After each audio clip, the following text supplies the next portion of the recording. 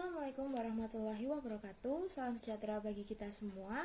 Kami dari kelompok H, kelas E, mata kuliah Akuntansi Keuangan Menengah kedua, ingin mempresentasikan tugas minggu kelima terkait dengan penerapan PSAK 72 pada perusahaan Go Public.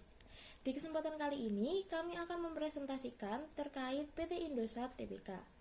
Sebelumnya, kami akan memperkenalkan diri kami terlebih dahulu. Perkenalkan, saya Tinai Gabriela dengan NPM akhir 233.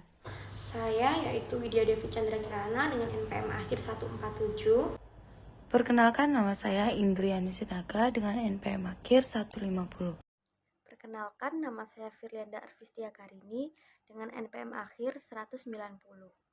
Baik, selanjutnya saya akan menjelaskan profil singkat dari PT Indosat Tbk. Jadi PT Indosat Tbk itu dulunya adalah PT Indonesian Satellite Corporation. Untuk merek yang ditawarkan dari PT Indosat ini meliputi IM3, Tri, dan juga Indosat Hi-Fi. Jadi PT Indosat ini beroperasi di bidang telekomunikasi yang menyediakan berbagai layanan yang mencakup suara, data, SMS, dan juga layanan internet. Perusahaan ini didirikan pada tanggal 20 November 1967 oleh perusahaan Amerika yaitu ITT. Nah, PT Indosat Tbk ini mulai terdaftar di Bursa Efek Indonesia pada 19 sampai 20 Oktober 1994 dengan kode saham ISAT. Pada saat ini, 27 September 2024, harga saham dari PT Indosat ini berada di Rp11.300. Untuk sumber pendapatan dari PT Indosat ini berasal dari layanan telekomunikasi termasuk suara, data, SMS, dan juga layanan internet dan layanan nilai tambahan lainnya, yaitu seperti layanan internet cepat dan juga roaming internasional. Baik, untuk sumber yang kami dapat yaitu melalui laporan keuangan PT Indosat Tbk, di mana kami untuk menganalisis PSAK 72 ini sendiri melihat pada laporan keuangan konsolidasiannya pada bagian pendapatan, di mana pada laporan tersebut dapat dilihat bahwasanya pendapatannya yaitu ada dari seluler, kemudian ada dari MIDI, dan kemudian juga ada pada telekomunikasi tetap. Nah, kemudian untuk setiap detailnya akan dijelaskan oleh saya dan juga teman-teman saya.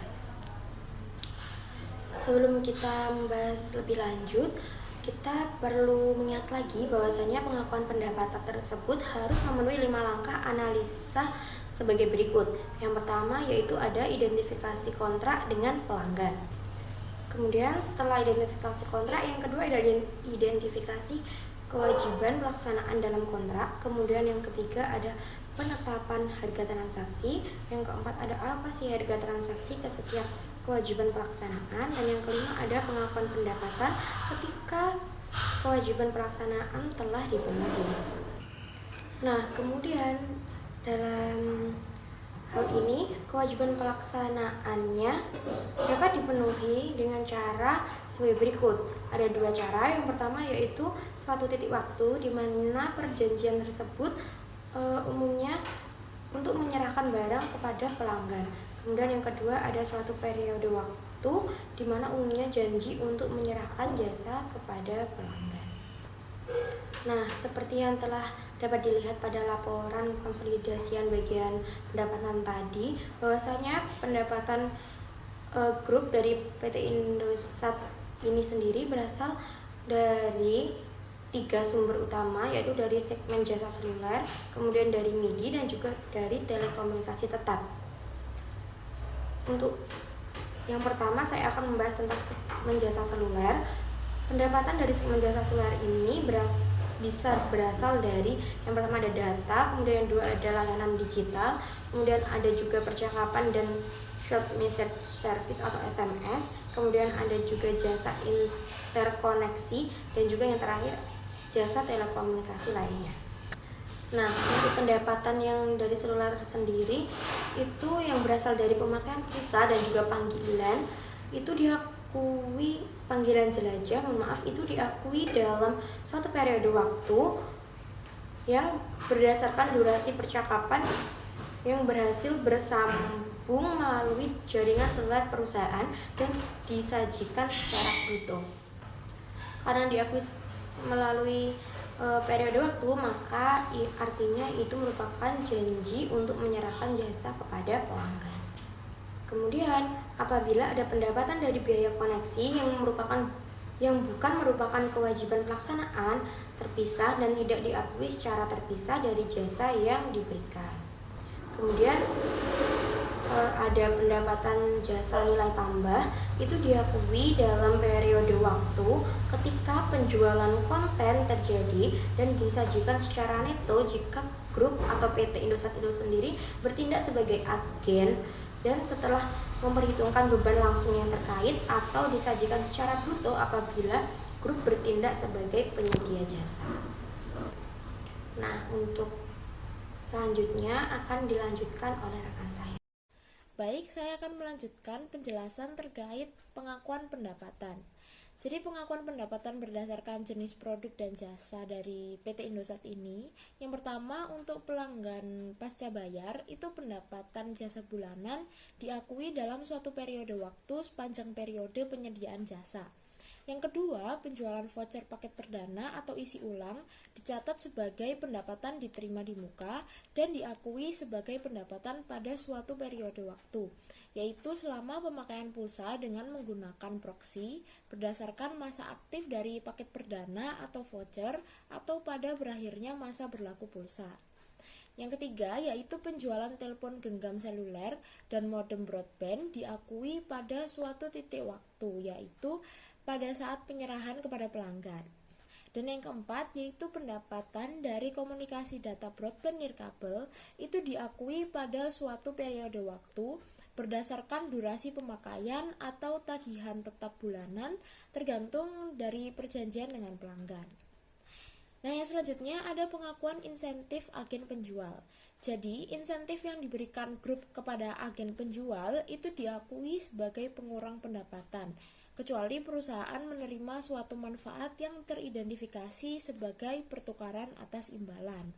Nah, apabila grup menerima suatu manfaat yang teridentifikasi sebagai pertukaran atas imbalan yang diberikan oleh perusahaan kepada agen penjual dan juga nilai wajar dari manfaat imbalan tersebut dapat diestimasi secara wajar, maka imbalan akan dicatat sebagai beban pemasaran. Selanjutnya ada multimedia infrastruktur, data, dan internet service atau bisa disingkat dengan MIDI. MIDI terdiri dari 3 bagian. Yang pertama ada internet tetap, yaitu pendapatan dan biaya jasa bulanan diakui dalam suatu periode waktu selama saat jasa tersebut diberikan.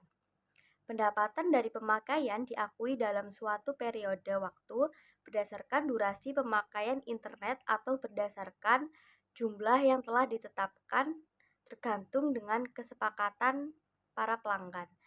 Pendapatan dari jasa instalasi bukan merupakan kewajiban pelaksanaan terpindah dan tidak diakui secara terpisah dari jasa yang diberikan.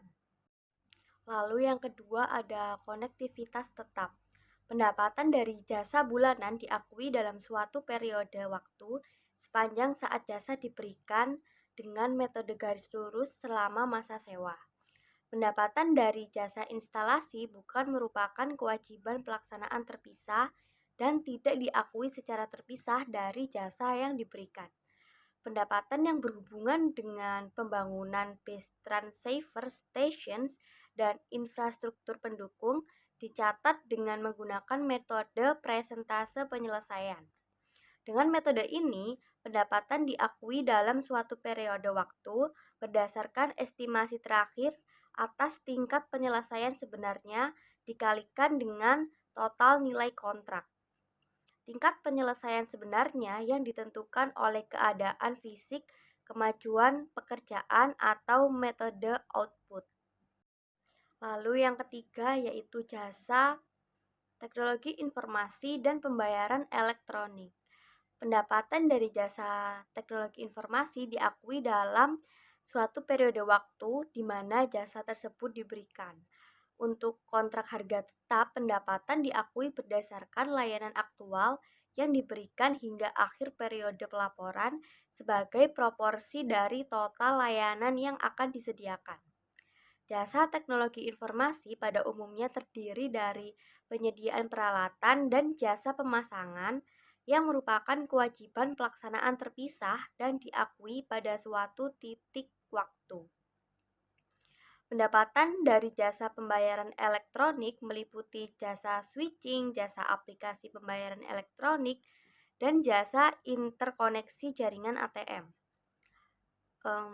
Pendapatan ini diakui dalam suatu periode waktu berdasarkan jumlah transaksi yang berhasil atau berdasarkan jumlah yang telah ditetapkan tergantung dengan kesepakatan para pelanggan. Selanjutnya kita akan membahas tentang telekomunikasi tetap, yaitu yang pertama, telepon internasional. Pendapatan telepon internasional ke luar negeri diakui dalam suatu periode waktu berdasarkan pemakaian dan dilaporkan secara bruto. Yang kedua, telepon jaringan tetap. Pendapatan dari pemakaian diakui dalam suatu periode waktu berdasarkan durasi percakapan yang berhasil tersambung melalui jaringan tetap perusahaan. Nah, pendapatan dari jaringan interkoneksi dengan penyelenggara telekomunikasi dalam negeri dan internasional lainnya diakui dalam suatu periode waktu berdasarkan lalu lintas komunikasi aktual yang tercatat. Nah, pendapatan dari jasa instalasi telepon jaringan tetap bukan merupakan kewajiban pelaksanaan terpisah dan tidak diakui secara terpisah dari jasa yang diberikan.